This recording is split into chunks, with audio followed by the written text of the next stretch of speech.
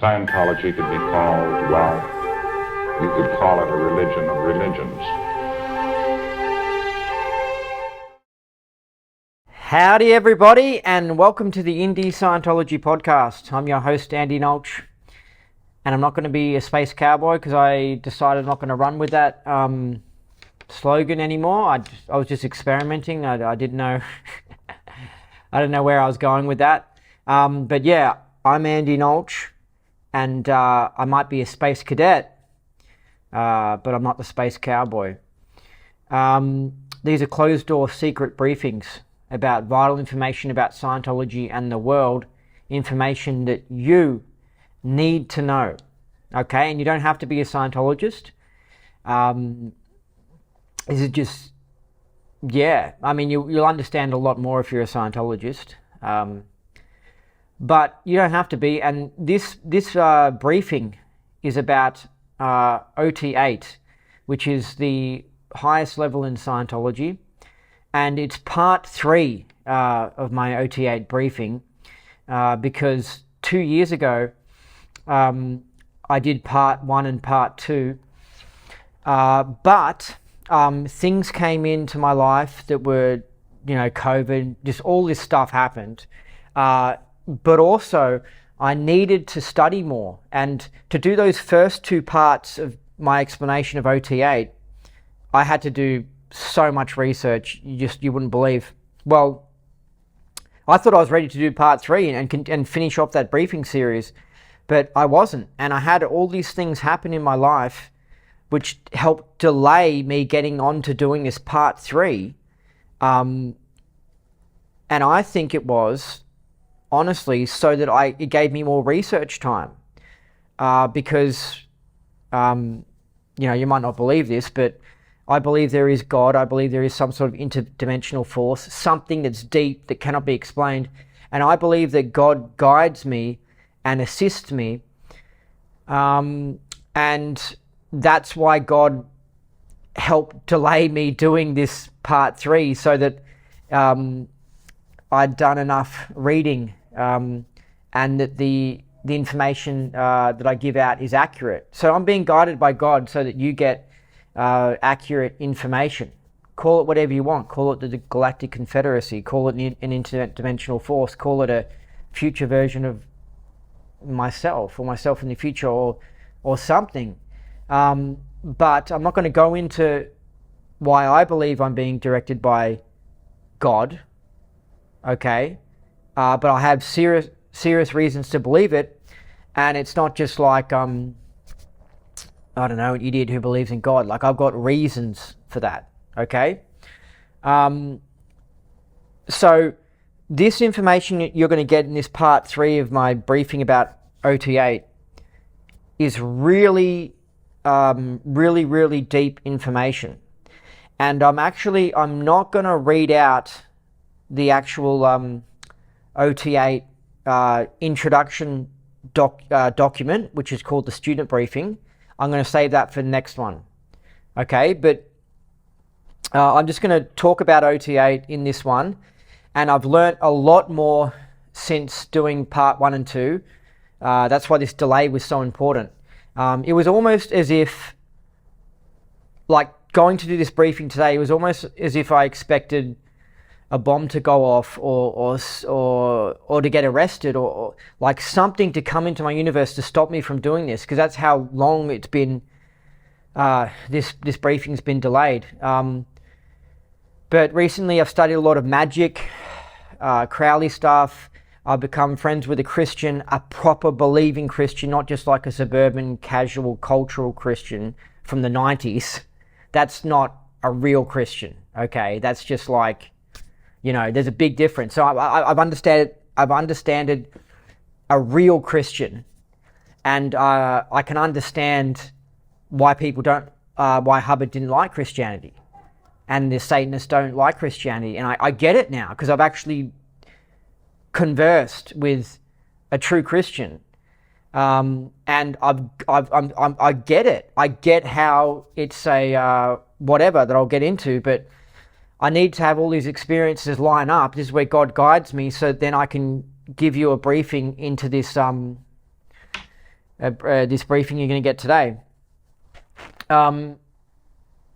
So basically, what OT8 is it's the highest level you can get to in Scientology. And Hubbard finished up, well, it's just crazy because we don't even fully know if he finished OT8, but it seems like from the student briefing that he did complete it. But we don't even fully know if the church got all the documents on OT8. But in 1988, the church actually released for the first time OT8, although some people seem to have been doing some of it in the late 60s on the ship. And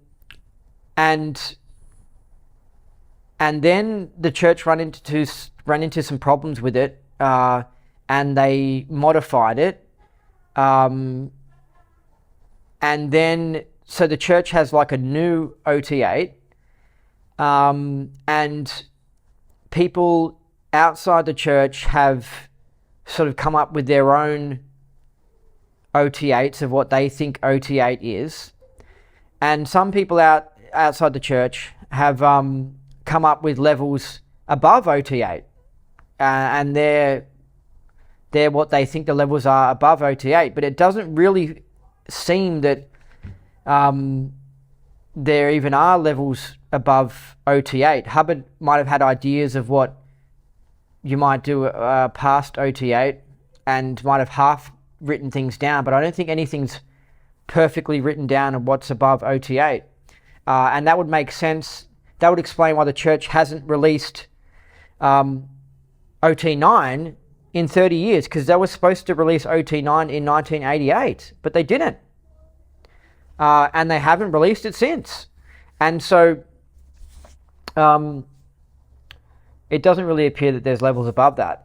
And what you'll discover in work looking into this is it doesn't really matter. I mean, the tech before OT8 didn't even really work, and it appears that OT8 didn't even really work. So don't get all excited and be like, I want to do OT9, I want to do OT10, I want to do OT11. It's like the tech's dodgy and it doesn't really work anyway. So even if there was an OT10, Hubbard would say OT10 will make you blah, blah, blah, blah, blah, and it won't do that. So it's just like, who cares if there even really is some levels out there above that, but it doesn't seem like there is. There's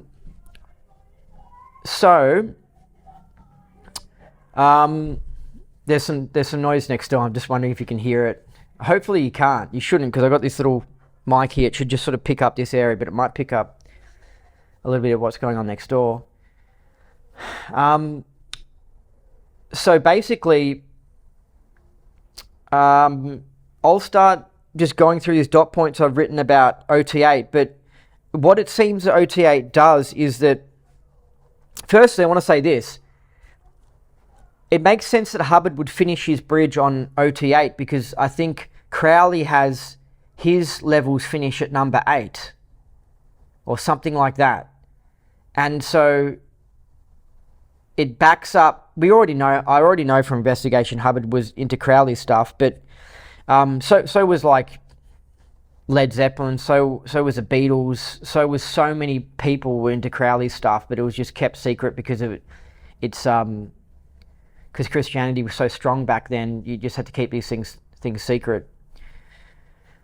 But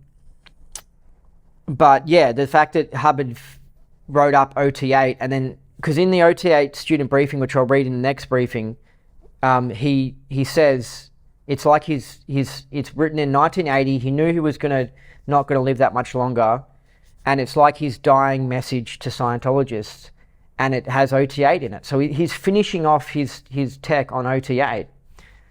That also makes us realize more how there's not levels past OT8. But it just makes sense because Crowley had his levels finish at OT8. So, and Crowley had his OTO and Hubbard has OT, and he made the symbols the same. So anyway, before I fully get into these points that I've got here, I've done an interview with the conspiracy theorist and activist Max Egan. and I caught up with him in Acapulco in Mexico, and we had a cool little interview where we spoke about things, and we spoke about how he got implanted by the government. And what implanting is it's remote mind control, a remote changing of your mind. So the government does that when they want to change someone's mind. So what they did to him was that they were somewhere else and directed energy at him late at night, and he had I think they directed energy possibly at his pineal, so we had interesting spiritual, because whenever you hit the pineal you get interesting spiritual experiences. But then they directed thingos to him about, I think, flat earth, and maybe about being the Messiah or something like that.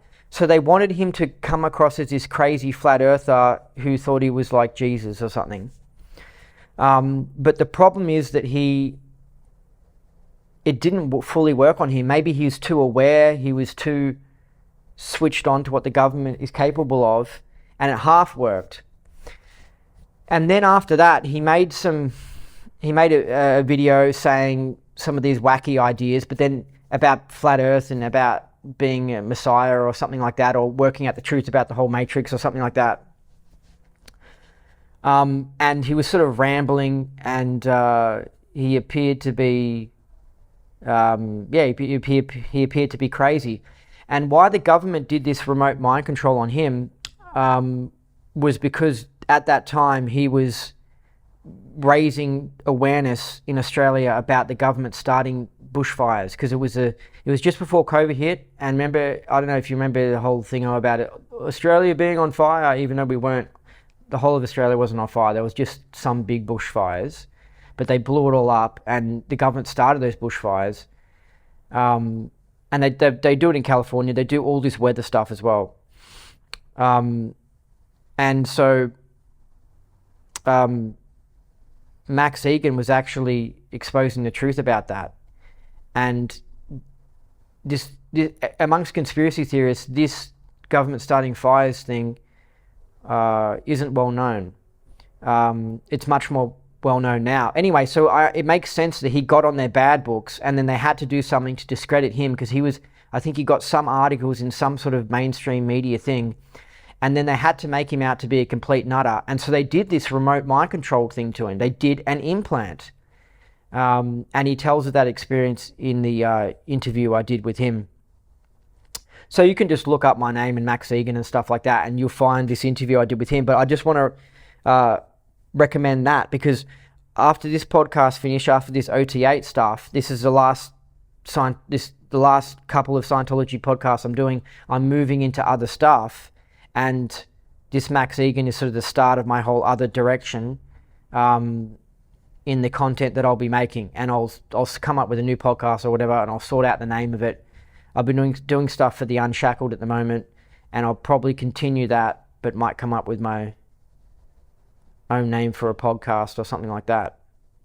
But anyway, that backs up Hubbard's idea of implants, and because if they're doing it now, then obviously they'll do it thousands of years ago, and obviously aliens have the same technology as well, because the way we are, the way animals are, the way aliens are, is that you want to achieve things. Like Russia, you want that piece of land. So people are always striving to achieve things, and then they work out ways to achieve those things, and they go, well, if we, mess with these people's minds, then we can achieve that piece of territory there. And that's how these things get invented, because people are desiring to achieve things, So anyway, I just think it's interesting, because if someone doesn't believe in because I don't even really believe in, I think a lot of Scientologists who are running implants are just running Hubbard's fiction. But that doesn't mean I don't believe implants exist. I do believe they exist. And I believe Max Egan actually experienced it. But I do think that a lot of time with engrams and implants, people are running imaginary shit. But anyway, that's why Hubbard's so funny, because he's right and wrong at the same time, and Scientology is right and wrong at the same time. It's such a confusion. Anyway, check that out. But also, the reason why this is good that you hear all this data, because of all the study I've done, but also I'm not brainwashed in Scientology, because I've studied all these other things, and I've got multiple religions in my bag, in my case with me. But you'll notice that if you're going to go to an actual OT8 who's just a Scientologist to get information about OT8, firstly, they're not going to tell you anything. They're going to restrict their information, and they'll also lie to you because they don't want you knowing it. And they're also worried that you're going to get harmed by this information, and you're not going to get harmed by this information. I will give you a warning. I'm going to give you a warning now if you think you're going to get harmed by it, but you're not. It's all just in your imagination. It's all the placebo effect. You making it happen yourself because you're thinking it's happening, okay? And just, you won't get harmed by this, okay? I'm telling you. But anyway, I'll give you a warning in case you don't want to listen to this OT8 briefing stuff. But anyway, you want to go to me to get this information about OT8, because the Scientologists, they're too brainwashed by Scientology. And what was so interesting about becoming friends with a Christian is I could see how the Christian's mind was totally brainwashed, and like this proper Christian I became friends with. And it reminded me of myself when I was a Scientologist. It's like you view the whole world according to the Christian theology, like the Christian theories. And with a Scientologist, they view the whole world. Sorry, I must be talking weird because I hope I don't pick up an American accent, but anyway, because of my traveling and stuff, I've noticed actually in the past year I'm starting to talk more and more weird. I hope I don't, anyway, so, and then like when you talk to a Scientologist, they're viewing all of reality through these Scientology theories, and they're liking these theories, whether it's Christianity or Scientology, and they're wanting them to be true. And anyway, they're just brainwashed, really. Anyway, so I could see that. It was so interesting becoming friends with a Christian, because I could see how they're brainwashed by it. And when I was in Scientology, I was like that. I was brainwashed by the religion. So when you get a Scientologist explaining to you these ideas in Scientology, because they haven't studied other things, they can't explain it as well. They just don't have as much comparable datum. So they don't have as much mass on spiritual things and stuff. So they can't explain it in a balanced, correct way. So anyway, that's why I think you should listen to these briefings.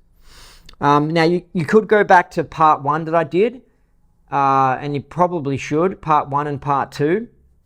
But I've learnt so much actually about the world and about Scientology that, you know, you could just go from this part 3 and then go onwards, because I'm going to have part 4, maybe part 5. You could just go from them onwards and you'll get a good idea of what OT8 is. I've even read the Scientology Red volume that is the OT levels. So there's, you know, those red volumes. There's one of them that's like got all the OT level stuff in it, and I've read it, and I haven't fully read it from front to back because I don't need to, and a lot of it's freaking boring. But I've actually looked at the processes that they run on the OT levels and the correction list, and I've looked at all this stuff. So I've studied so much since then, and I've looked at like superpower and all these things. And actually, I'll read out some of that in this briefing. And you know, let's go straight into it. I mean, you want to know what OT8 is? Okay, well, I'll just read out some of the commands. I mean, they're just like stuff like, they're sort of like remote viewing things, like, I don't know, be on this side of the moon, be on that side of the moon, expand your energy. And they're sort of exercises like that. But that's according to this Technical Bulletins book. But I'll find specifically the exercises of OT8, and I want to thank the person who sent me this thing, by the way, because I was trying to get my hands on these OT level materials for a while, and Scientologists don't like to give it out, but obviously some rebel free zone Scientologists were like, yeah, let Andy have it, and I'm fine. I mean, I'm not all crazy from it, like, oh, it's not all keyed me in. It's just like, it's just exercises, you know. I mean, Hubbard made this stuff secret because it wasn't good for public relations, and because it made people value it more and want to pay more money to do it, because they're like, ooh, I want to find out what this level is and stuff. So, study and procedure. Okay, 523. Let's see. So I've read the L's and all that stuff.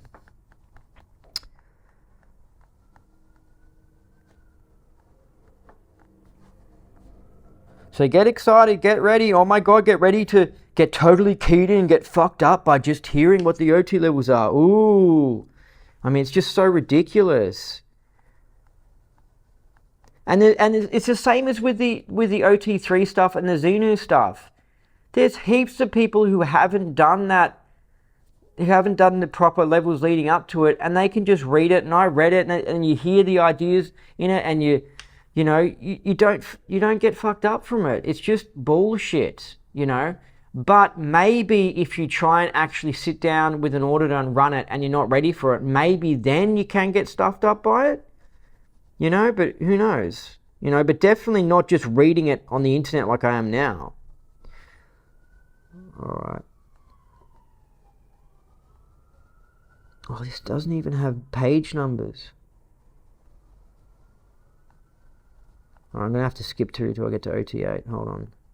They've got in this bulletin, they go through all the OT levels. So I've read, but these are all the, I think this bulletin is like accurate as to like the year 2000 or something like that. So maybe some things have changed because of golden age of tech.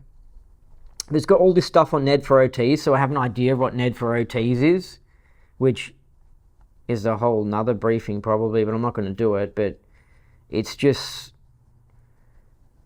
like you just keep on going. It's wild.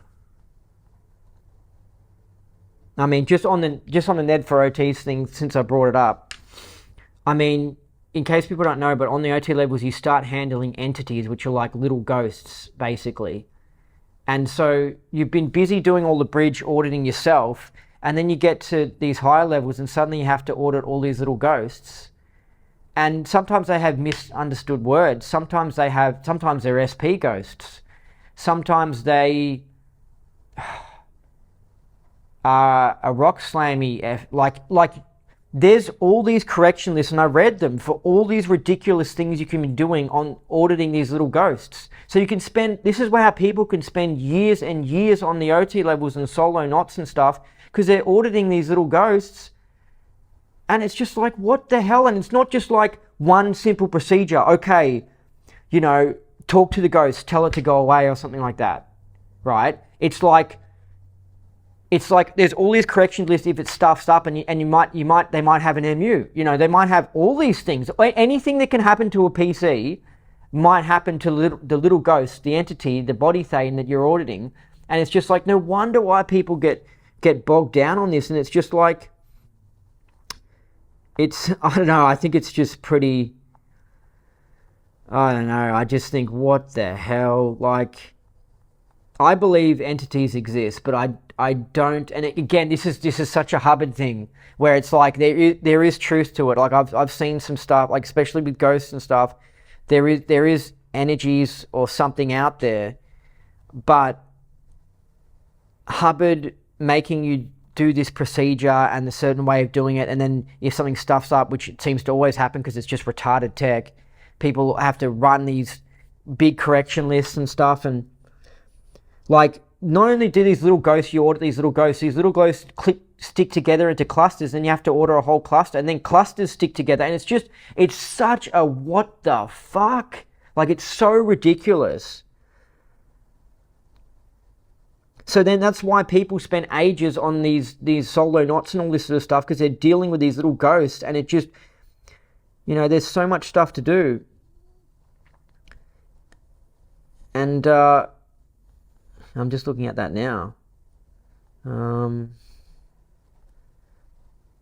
The little ghost might not be flat on what you run them on. The little ghost might be out of balance. You might need to run Dynetics on the little ghost. Like, it's just ridiculous. Like, I don't know. It's just like, it's so far away from survival. And that's the whole point of Scientology in the lower level of the bridge. It's like, that's why they're off in their imagination land. And it might be real, but they're off in their head so much. They're so introverted at those higher levels that they spend hours doing that, and then their performance in life drops off. And I don't know, I just don't agree with it. I mean, I sometimes go and do spiritual stuff like access consciousness, or I go and see this guy and I say, hey, clear away some entities or whatever. And, you know, one guy, he does some stuff and he lights something and it burns. It's some sort of thing that burns, and it only burns like a little flame. But then he does some sort of stuff and he takes the entity away and then he lights it, and then the burn is like massive because of all the energy from the entity. And he's like, look at this. And he's not conning me or anything. And because I can just tell, I've tested him out anyway. This guy's like a real spiritual genius. He can like light paper on fire with his fingers. So he can like hold something here and he can project energy into it. He's like a Russian, because Russians were into that spiritual stuff. Because you can really do this shit.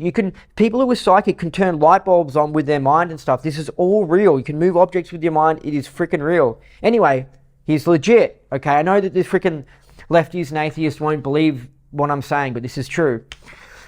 Anyway, so that he could, after dealing with the entity, the thingo could flare up and light a lot higher. But anyway, he doesn't advocate doing what Hubbard does. I mean, he just like, what the hell? Look at this. There are BTs who were PTS to successive persons. They went from one person to another. E.g., BT went from pre-OT's grandfather to pre-OT's mother to pre-OT. So the pre-OT now has BTs who were PDS to mother and grandfather.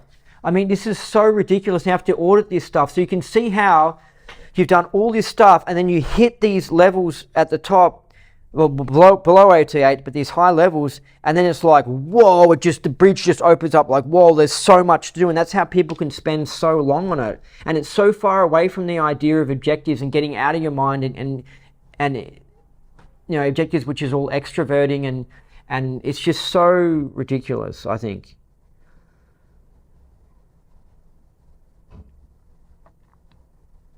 So whatever way he came up with dealing with entities and the way the language, I just disagree with it from a spiritual science point of view, which is what we're dealing with in Scientology. I disagree with a lot of it.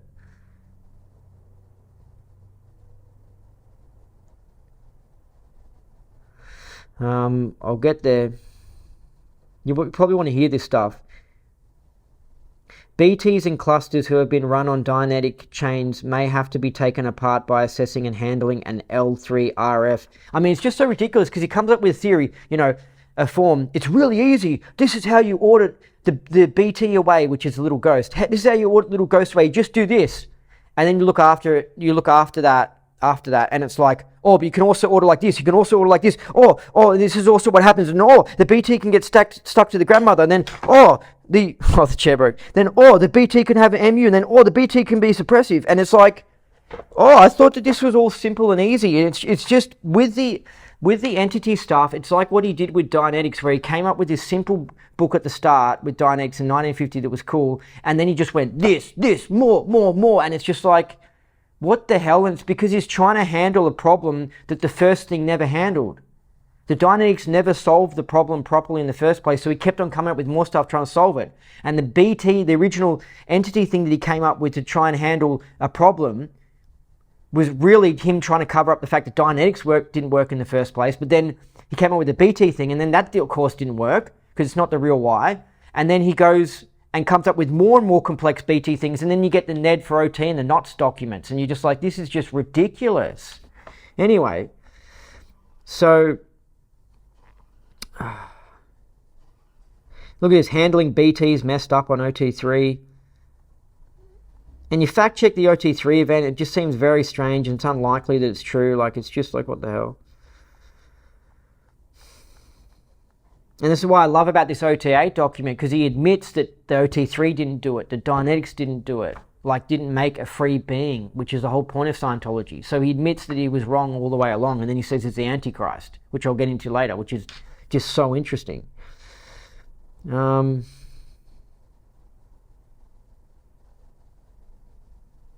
at this. The reason why a wrong item, L and N error, produces such a violent reaction is because it can key in practically every BT in the body. They are all sitting on a wrong item. It's just so ridiculous because it's just like, he just contradicts himself. What about the earlier stuff he came up with? I mean, he just totally contradicts himself with his tech. And these psyos who are totally brainwashed just go along with it.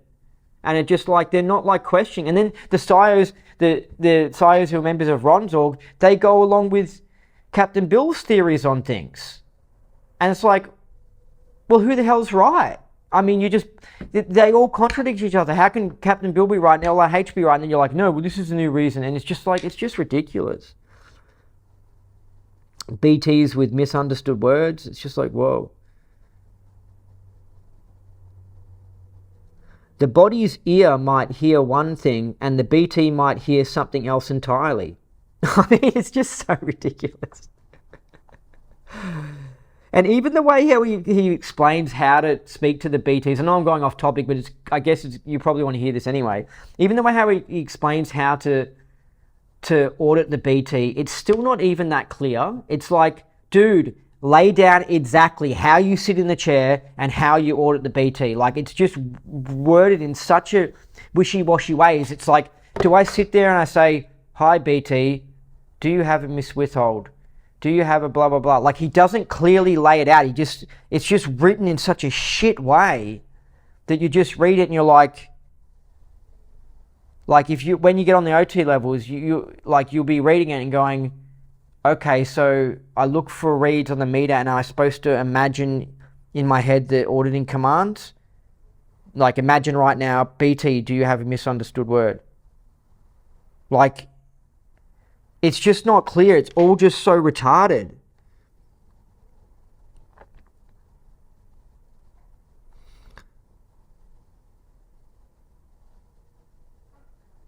Leaving a BT cluster with a wrong item? Like, it's just like, whoa, he comes up with a whole new Scientology with these BTs. It's like, whoa, what the hell? And then you have to handle the BTs that are on drugs. And then you have to handle the BTs that are on drugs that are so passed out that you have to wake them up and then run them on their drugs. Like, it's so like, what the hell? Anyway, I'll get there. I'll get to the OT8. So obviously you do all this sort of stuff before you're ready for OT8, because it's the last thing in Scientology. So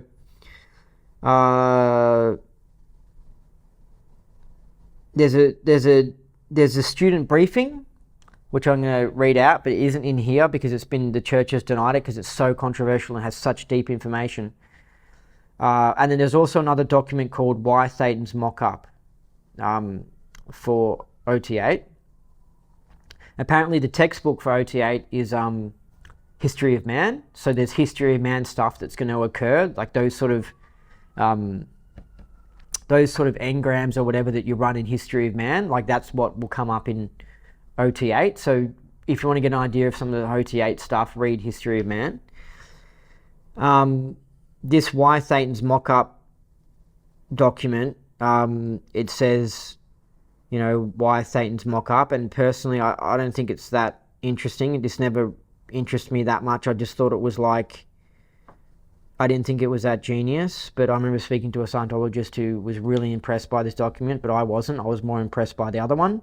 And the Scientologist didn't believe the one where Hubbard said he was the Antichrist. And I was like, no, I think there's truth to this. I investigated it and found out that this document really is true. It really was written by Hubbard. And I thought that had groundbreaking data. And this Thetans mock up one, I just thought, this isn't that interesting. He has a theory here as to why Thetans keep on mocking things up, and it's because they had, a bad experience that they're trying to get over or something like that. It's really not, it's just not that interesting. But I'll quickly read it then. This question, why Thetans mock up? This question has been the most plaguing one in Dianetics and Scientology. This question has been the most plaguing one in history of clearing. The only way a Thetan ever gets into trouble, the only way he can get trapped or become part of a cluster, is by mocking up and making pictures of bad experience. And why record all bad experiences? This too is not good sense. One can explain it by saying that Thetans become bored and have a yearning for events or excitement, or that Satans mock up pictures as an aberrated form of havingness. Other ways can be invented to explain why Satans compulsively mock up bad pictures, but these do not factually lead to a total solution to the compulsion. The real reason stems from a basic characteristic of Satans, and that is a Satan never totally gives up. There is seemingly a streak of resistance or resentment that makes a Satan wish to persist in the same place or location. If he cannot, he will do so covertly. The definition of power is the ability to hold a position in space. All power comes from the ability to occupy a point. It is an electrical generator. In an electrical generator, the base that separates two terminals must be firm, or there will be no exchange of energy or power generated. The effort to weaken a Satan is to make him relinquish his point in space, covertly or overtly. A Satan seeks to assert his position in space. If he cannot do so overtly, he does so covertly or mentally. When a Satan is moved unwillingly from a point or position, he even then refuses to give up that point and begins mocking it up mentally. He also mocks up the events of his departure as a part of the action of mocking up the point he is leaving. This unwittingly gives him a picture and an engram. Now let's see if this theory holds true in practice. Just ahead of any engram, there must be an effort to retain a position, and there must be a point or location. It's just more of Hubbard's philosophical shit to do with the mind and his psychology subject, pretty much. And, I guess he's saying here that, the person had a bad experience and they physically can't hold that space because they were punched away from that space. So then mentally they're like, I'm going to be in that space and hold that space there because it's makes me feel good or something. And it's just, I don't know, I've read it all properly and looked up words, and I just don't find this document that interesting. It's just a theory. But I think that when someone's totally brainwashed, they're kind of like in love with Hubbard. So if he writes something, it's like, oh my God, why Satan's mock up? Oh, it's so good. Like, it's such a good document. But then if they came out of all that brainwashing and they realize that they've been manipulated and that the tech isn't actually that good, then they'll go to look at it and they'll read it and they'll just be like, this isn't that good. And that's what happened to me when I came out of the Scientology brainwashing. I re-looked at a lot of Scientology stuff and I was like, yeah, this isn't that amazing. This is just like some dude just talking, and like he rambles a lot, and I was like, it's just not that impressive, but it's just funny. Like, you just get you literally, I guess, you fall in love with him, and suddenly like everything he does is amazing. It's like when you fall in love and that other person, it's like, everything they do looks good and all this sort of stuff because you're just obsessed with them. Somehow Scientologists, I swear to God, are in love with Hubbard. I swear to God, when I was under the mind control, I was like in love with him, and I saw things for being better than what they really were. Anyways, that's what I think it is with this why Satan's mock up. That's why you might come across someone who mentions that and is like, oh my God, it's so good, but it's like, it's not that good. I got the debrief here. Hold on. No, this isn't the student briefing. This is just an intro to OT8. So, you have to study some stuff at the start, and so here's some of the exercises on OT8. Okay, you have to look up and clear a lot of things. Define no point in the tech dictionary, stuff like that. Fly the roods. Clear and false data strip, truth, identity, time, place, form, and event.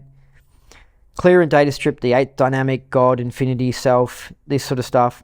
Then here are some of the exercises. Spot a person who looks like you. Then it says like handle is above. Spot a person who looks dissimilar to you. Spot a person who is how you want to be. Spot a person who is how you didn't want to be. So these are sorts of things. Spot a being who solves things as you have. I mean, they're interesting exercises. I mean, you could You could take some of these and stuff. Spot a reality you have solved with a lie. These sorts of things open your mind up, you know what I mean? Because you're thinking outside the box and exercising your ability to think. Spot a truth in self. Spot a truth in others. Spot a reality another has substituted for a truth. Spot a reality another has substituted for a lie.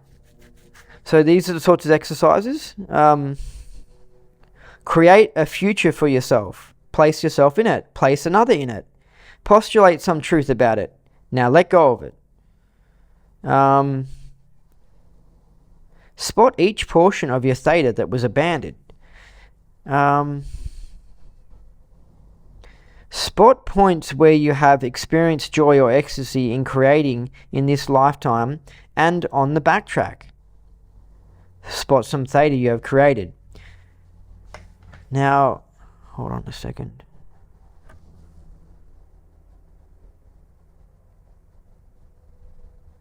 Now, hold on a second. Some of these aren't those funky exercises I was talking about.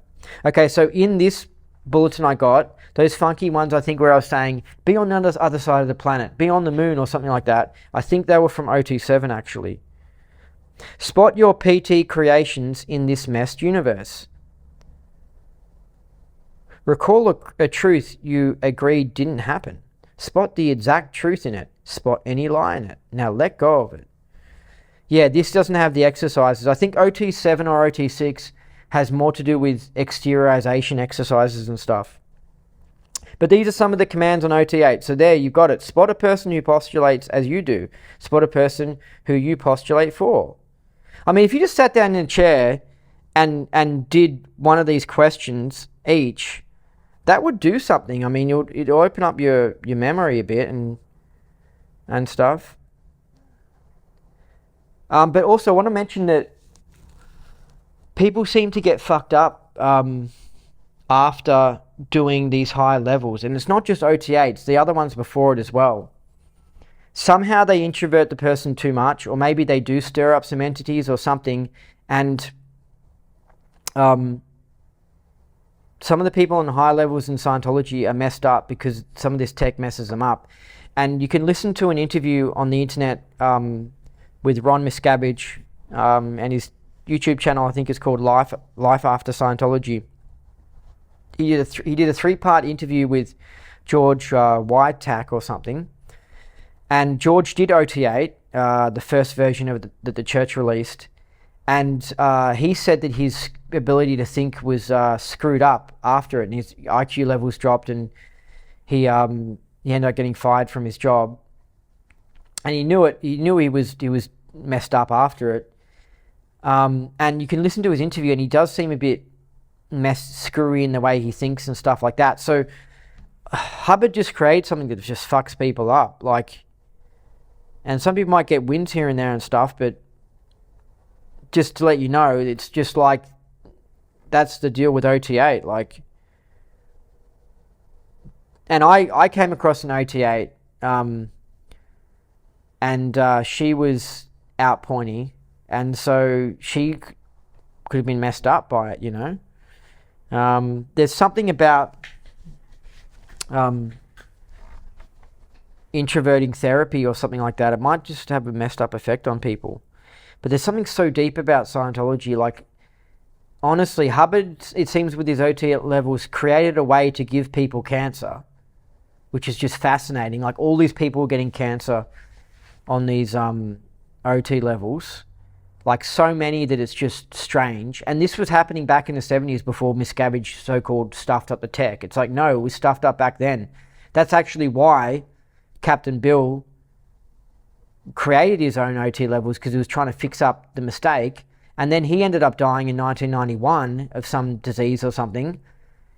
And so he didn't seem to have solved the problem either. And so it's such a fascinating thing, Scientology.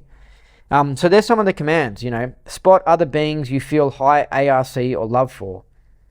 I mean, these are I did seriously some stuff like this in the Objectives course room. Because I did a big Objectives. I did the new version, which was Survival Rundown, and the old version. And in the Survival Rundown, there were some funky processes. Locate a reality you have found safe for another. So anyway, that's that. I can delete that out of my book list now. So I'll get into the points here I have about OT8. And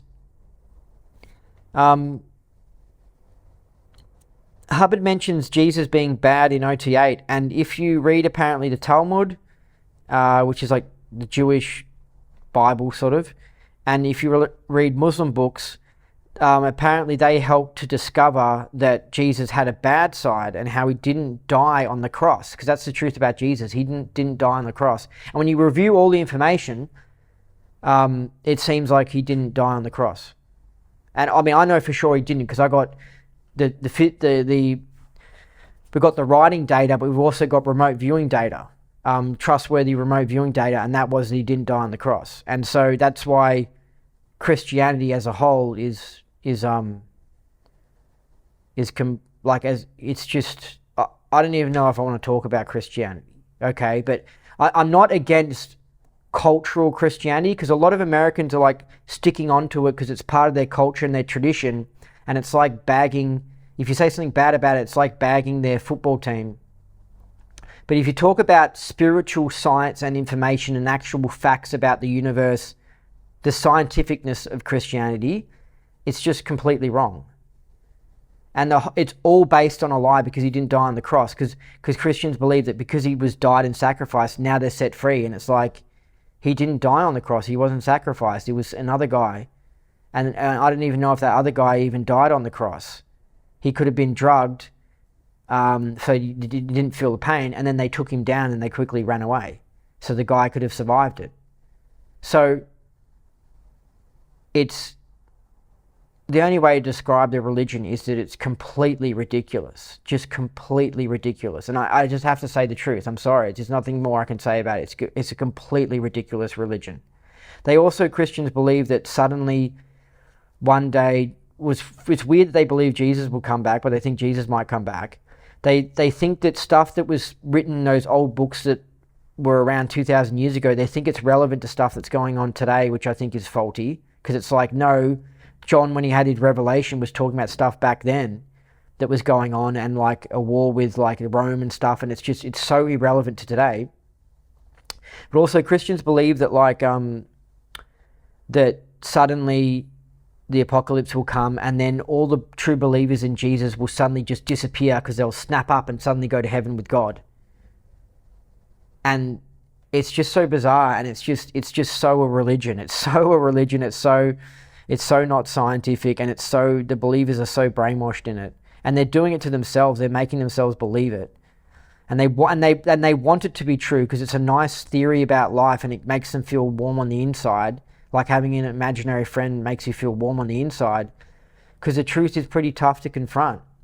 It's harsh, you know. And also, finding out the truth about Christianity reminds me so much of finding out the truth about COVID. And when COVID first hit, if I'd fully understood Christianity at that point, then I would have said, oh my God, all these people are going to believe in COVID. But I didn't, because they believed in Christianity. And so I was like, well, obviously they've got a thinking problem. So now that I know how the masses are able to just adopt ridiculous things, I totally understand how COVID occurred, and how people believed in it. And I also expect more ridiculous things to occur in the future. We're going now into this whole Ukraine war and everything. And so if they blow this up, they could make it into this massive thing like COVID, and again, the masses are going to be totally believing incorrectly the data about the war. They're just not going to come to correct conclusions about the war. They'll probably get tricked by the mainstream media propaganda, and they'll have no idea what's going on. I mean, and this is just such a typical thing here on Earth. Like, we've got the Spanish flu. The Spanish flu was caused by vaccines. You know, and the whole facts of the World War I and World War II, it's all so distorted and controlled, and We're seeing it now with our own eyes, with the way how they're showing the Russian war and stuff. So that it just ends up getting ridiculous. Anyway, there's an interview, I think, with Alex Jones and Tim Pool. I would recommend listening to that because it touches on OT8 stuff. And what the OT8 stuff basically is that there's, and this is the big truth. Maybe I should read the briefing to you now. I'm going to read the briefing to you now because it's exciting. I'll pause the video, right? And I'll read you the briefing. Okay, I'll do it in this one, and then later on I'll read these dot points because you want to know what OT8 is. You want to know what the hell the theory of OT8 is. OT8 is the conspiracy of all conspiracies. It explains everything in the universe. Hubbard came up with an idea to explain all the conspiracies, all the evilness, all the enslavement.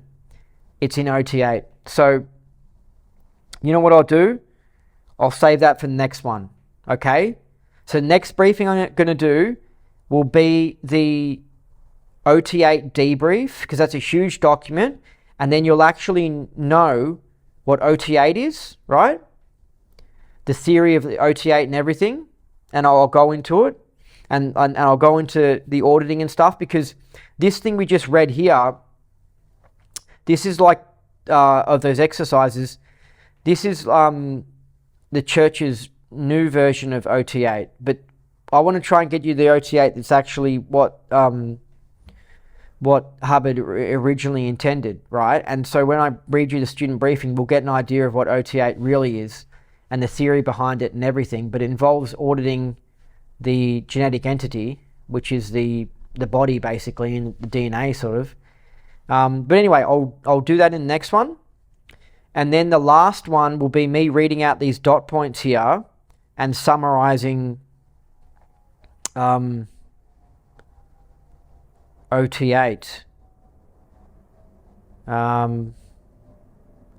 So yeah, I'll finish this one up now, right?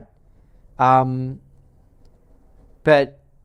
well, I'll quickly say it now because you're wondering what the theory of OT8 is. The theory of OT8 is that there's beings from another dimension, another place, another realm, right? And if anyone's done like LSD or mushrooms or ayahuasca, you open up your ability to go out of this matrix that we're in, and you do realize there's a whole other realm of existence out there. Like, for example, the clockwork elves.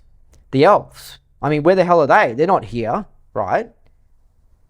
You know, but there's somewhere else. But they really do exist. But that's what you realize when you have deep spiritual experiences on these substances and stuff like that, is you realize that there is another place besides here, Mars, probably some other star far away. There's another whole realm of existence, right? And we're cut off from that, right? But in Hubbard's theory on OT8 is that from some other place, and it's the multiverse. It's not just this universe we see. It's multiple universes, right? Universes. There's probably they probably go on for like infinity or something. There are some dudes in one of those ones, and they're invading our universe, right? Just like Russia's invading Ukraine. And that's just like NATO and America invaded Ukraine, because that was already had been invaded. It's just that it was done covertly. It wasn't done with soldiers wearing a certain uniform and saying, you're going to be our country now. It's done by guys going in with suits and slowly acquiring that territory in a sneaky, covert one way. And then the locals don't even know that they've been invaded. But Putin's in there gone, Ukraine's been invaded by America. It's been invaded by Biden and stuff and NATO and all that, right? And so he's saying, we're not going to have that. We're going to go in there. So Russia and Putin are direct and honest. And this is what also Germany did in World War II. They were direct and honest. They were like, we're taking that country, okay, and they went in there with the flags and the soldiers in uniforms, right?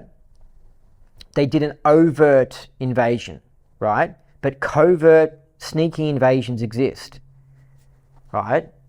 So that's what's going on in Ukraine if you want to get some information about the world and what's going on at the moment. It was already covertly invaded. That's why now Putin feels like he needs to overtly invade Ukraine, because it's just got too much foreign corrupt elements in it, and they're threatening Russia's empire, basically. So you have to understand that. And that there's like, you know, just because Winston Churchill appears to be not invading countries or whatever, they are invading countries. It's just done in a sneaky way. The New World Order, the Communist World Government, the Western Alliance, the British Empire, which has combined with America, they use as an operating tactic covertness, sneakiness, in there with Israel and the bankers and all that. Their tactic is sneakiness. That's how they operate. They don't ever directly, well, sometimes they do, like it seems like they sort of directed and invaded Iraq. But when they do that, they say they're liberating the country. But also, anyway, what they do is they just do things in a sneaky way. For example, this empire acquired Australia, right? Even though it's just also muddled. But anyway, basically there's all these American military bases and Americans working in Australia, okay? Australia's been invaded by America. But just because they didn't storm there with flags and say, this is our territory and demand it or anything like that, they did it in a sneaky way, it doesn't appear as if Australia has been invaded. And so that's what you have to understand with war. That we see the war superficially, and we see the person throwing punches and dropping the bombs as being the bad guy, but you don't know the shifty stuff that the weak little guy had been doing, like Zelensky. You know what I mean? He appears, the Russian Ukrainian, he appears to be the poor victim, but you don't know the shit that he's been doing that was pissing them off. You know, it's like you walk in, you're a policeman, right? And you take a phone call to go to a house of a domestic, right? And you open the door up and you see the guy standing there with his top ripped off and he's punching his wife, right? And you go, oh my God, see, it's so obvious. How can, and all the lefties and all the atheists and all the idiot communists go, oh my God, oh, look at that, it's so bad. Look, he's punching his wife. Oh my God, it's just so bad. Oh, see, that guy's bad. That guy's a bad guy. That guy's a bad guy. That guy's a bad guy. Put sanctions on that guy. That's how they're treating Russia, right? But what you don't know is that before you arrived, that chick secretly put poison in his drink. That chick secretly stole money from his wallet. That chick secretly egged him on, directly egged him on, but you just didn't see it, and said, fuck you, blah, blah, blah, come and punch me, blah, blah, blah, and also intentionally weakened herself and let the guy come forward to her, so then she got hit, so then the policeman could see it. She was 1-1-y. She was passive-aggressive. She was shifty. That's Zelensky. Do you understand? And when you're dealing in war, the Communist World Government, the New World Order, the people who have Australia, England, Canada, America, France, Germany, the dudes who run us all, they as a tactic use that passive-aggressive technique. They use the 1-1-ness. Okay, it's a Scientology word. They're 1-1-y, they're shifty. And so they'll provoke a war, and then when Russia drops a bomb, then it goes, oh, look at how bad Russia is, blah, blah, blah. But they did all this shit to cause that to happen. Like Pearl Harbor. They made that Pearl Harbor happen, and they wanted it to happen. But then they were like, look how bad freaking Japan is. Oh, Japan are the evil bullies. And they did the same thing with Germany. Like, oh, look at, Germany blew up our passenger ships. How dare they? We must enter the war now. We were forced to enter the war. And it's like, no, you already entered the war sneak before that. It just wasn't made public. And then secondly, you sent ships into that area intentionally so the Germans would bomb it. And then you could pump the propaganda of that bomb going off through all of America. Then they'll go, oh, angry, grab guns, let's go to Europe and fight in the European war. So do you see, understand? You get how wars and battles operate? Anyway, going so off topic here, but when it comes to this interdimensional invasion that I'm talking about, I don't know how I've gone to that, but they're beings in a whole other realm that are coming here. And this is what Hubbard says, and this is what Alex Jones says, this is what David Icke says, this is what the evidence indicates because I've looked at it. And you're not going to work this out. If you can't spot that the Spanish flu was caused by vaccines, right, from an investigation, which many people can't, they just don't have the conspiracy brain to do it. They can't come to correct conclusions. If you can't come to the correct conclusion about 9/11, if you can't come to the correct conclusion about COVID, right, you look at all the evidence and you just come to a wrong conclusion, which many people do on those subjects, right? Like John Attack. He's just a classic example. Like, he can study things and read things and he spews out false information. He's just wrong. He would never spot the Spanish flu conspiracy. He would never spot the COVID conspiracy. He would never spot 9/11 because he's just retarded and he's missing that ability in his brain, right? It's like some kid, you're trying to teach him calculus and he just doesn't have the ability. Some people are just tone deaf when it comes to music. Anyway, if you can't spot these things, you're never going to be able to spot an interdimensional invasion. But anyway, people who do have that ability are coming to a same conclusion, that there are beings from another dimension that are trying to come into this dimension, right? And they're invading basically, and they're the ones who are enslaving, they're the ones who are corrupting, and they're the ones that are the cause of the wars and literally everything. They're the real why for everything. And that's why it's so deep. It's the conspiracy of all conspiracies, right? So these beings who are outside our dimension are communicating through some sort of way that they do it into this dimension here to certain beings and who are under like mind control from them and are getting, and those beings are like possessed, you could say, and they're executing the orders of these evil interdimensional beings who we don't know why they want to invade our universe, but maybe they want territory or whatever. You know, they have their own agendas. And just think about that. You know, like Alex Jones says numerous times, he goes, I don't know if it's aliens doing this, but these globalists, they act like bloody aliens. And I agree, these communists act like aliens. They're like anti-human. It's like they're just trying to kill us all and then hand the planet to some aliens or something like that. That's what it appears like, you know. And so that's apparently the truth of it all. And, you know, I'm not going to say that's 100% the truth, but I do agree with it. It's the force of evil. It's Sauron in the Lord of the Rings. You know, in the Lord of the Rings, how the evil dude Sauron or whatever, he's, you don't even physically see him. He's like a red ball or whatever, and he manipulates those black dark horseman dudes, right? And he's mind controlling them, and he's mind controlling all those ugly goblin looking thingos, and they all get in and then they go into a war with the humans and the hobbits, right?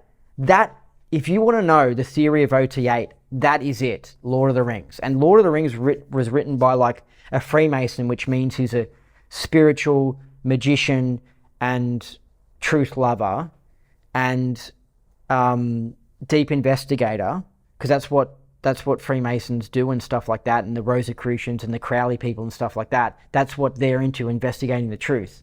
They're like what the conspiracy theorists of today are, but they were like in the past.